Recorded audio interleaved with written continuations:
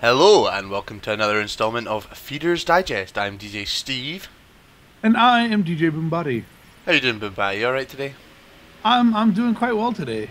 Good You? stuff. Yeah, not bad, not bad. Bit tired. It's just out of bed for me, but Indeed, I as well.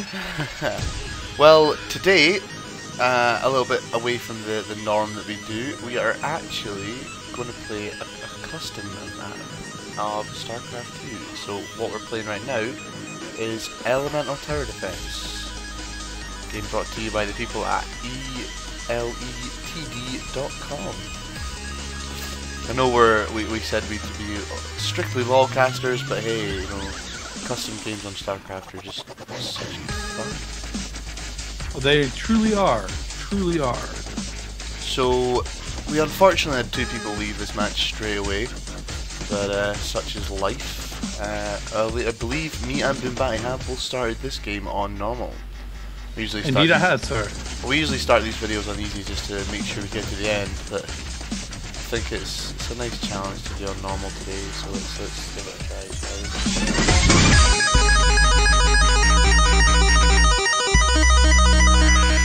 So the nature of a tower defense game, I'm sure that everybody knows. You know, you've got a path that goes around your base, starts at this entrance here, ends in this one, and if the enemy gets all the way around, you lose lives. You start with 50, and the challenge is basically to survive. There's another person left straight away. The challenge is to survive up to 60 waves. Once you survive the 60 waves, you get quite a nice surprise. If you're up to the challenge to reach said last level, it is quite ripe for those willing to reach for it. It really is. It really is. Well, I mean, it's quite a citric level, you know, so to speak. Anyway, but anyway, so basically, what we're going to do is give you a rundown of the game, how to play it, in our personal starting strategy that we use.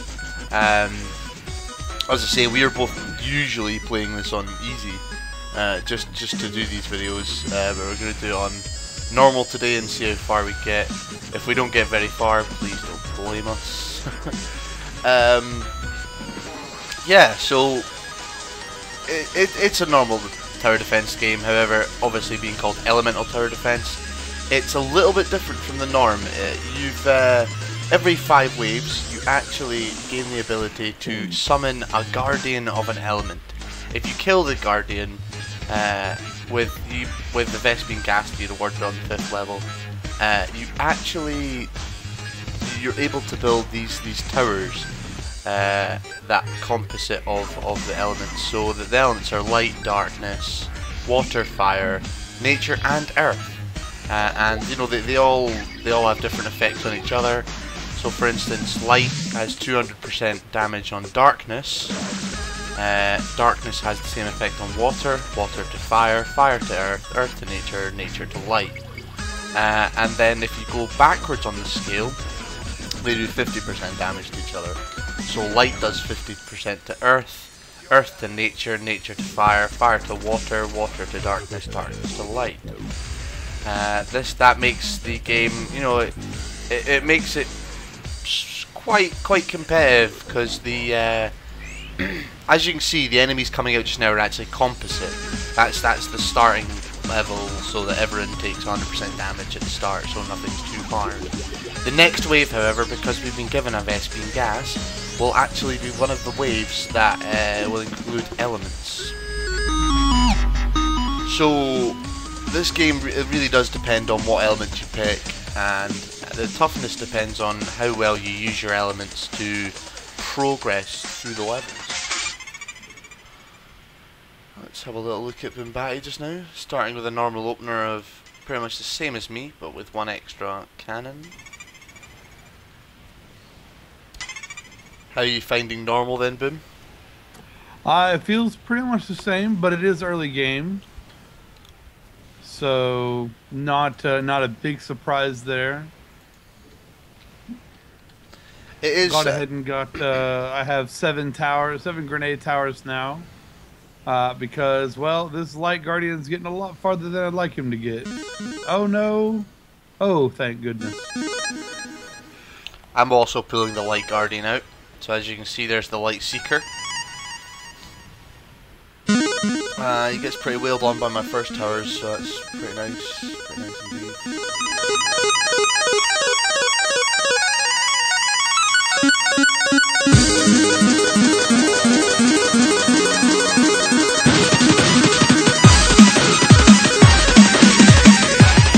So, as you can see, the waves are getting slightly past our usual optimum build that we do. So, just building one more cannon for myself at the opening again. This is also so I can kill this light. I don't think I'm going to be able to though. This could be very close. Well, let's see. He's at how much life? Oh, 9? nice. Oh, Okay. he's out. Yeah. Yeah, he's good. I upgraded the last optimum tower there, just for safety. So, the one thing that we should say, as you can see here, Ziz, is that what you want to call him, has went for quantity over quality of towers. Now, usually, in some tower defense games, you know, some very early tower defense games, that's an okay tactic. In this one, however, you're probably going to see him go out quite soon unless he starts taking away or going high-tech ray towers. I mean, don't get me wrong, just now they are doing very, very strong damage. But later levels, they just don't cut it. You need strong defensive towers and strong elemental towers to have any chance at surviving later on in this game. As you can see, some of the wave getting past me a little bit. Boom still staying very strong with that composite 4 grenade towers at the start. Those optimal grenade towers really do cause a lot of damage early levels. Indeed. I do have a question for you, Steve. Take a look at the orange map for me. So I'm seeing some strange animations I'm not used to. Maybe you might be able to shed some light on that. Animation. Well, Take a look at that. Take a look at the well, it's not doing it anymore. Maybe it was a death animation. huh. Maybe it was a death animation. That's very strange. I mean, the tactic that he's got using is actually quite nice. However, that light tower isn't actually doing as well as it probably should be. It's in the wrong place. So what we'll do now is give you a rundown on the elements. As I said, you can summon any you like. I tend to go light first, then fire. I'll be doing fire after this wave of enemies. They're actually called creep in this game. So, light and darkness tend to be high range, medium damage. That's just so you can basically place them roughly here on the map, or to be honest, anywhere on the map, and they will hit quite a large amount of enemies. What else have we got? Fire and water are low range, very fast attacking, but they are also medium to low damage. You'll see this when I actually bring my Fire Guardian out now. Oh, no, I've done something extremely stupid actually. This is something you really shouldn't do. And that is summon a Guardian at the start of a wave. I didn't see the wave coming in there. That is a definite mistake from me. This could probably cost me some lives actually. What I'm going to have to do is complement. I'm going to actually have to supplement some more minerals, which I was trying to save, as you do actually get interest in this game. For that, just ensurety that thing dies.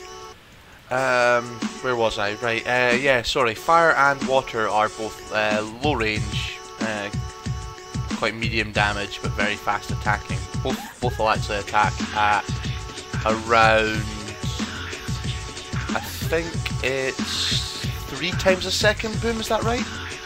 Somewhere, that sounds about right. Oh, there you go. Weapon speed 0.31, so it's 3 times a second.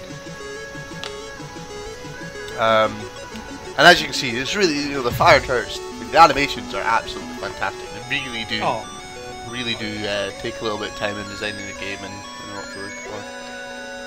They've done very well. I look forward to. They are constantly upgrading the game, and I definitely look forward to anything else coming out from these guys. Big kudos to you guys working on this game. Yeah, I do. I've got to say the same.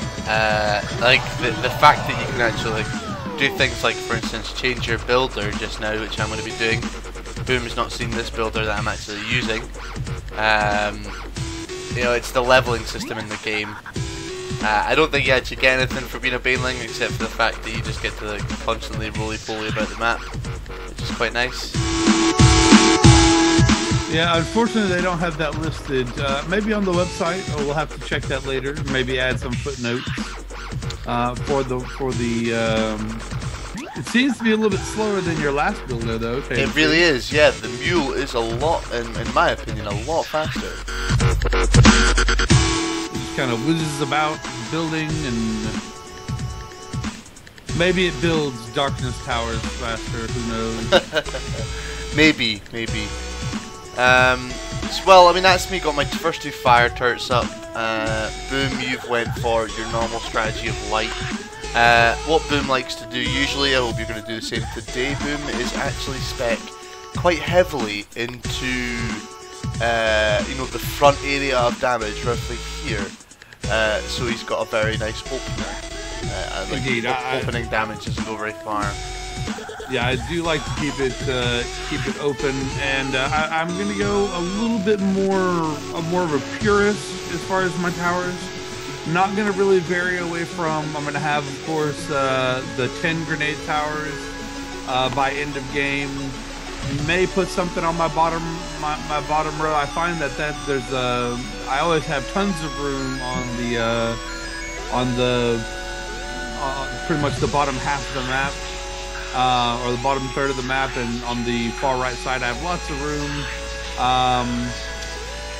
Looking like they're getting a little bit farther than I'd like, so I'm going to go ahead and add another light tower. I've got my 2 light towers up on this one. This being a darkness round, the actual, it does really well, the light against these guys. As you can see, I'm just looking at Zik again, and this quantity, you can see how far they're getting now. You know, there's only 2 more, well, technically 3 more corners before they're out of there. He's still not upgraded any of those cannons.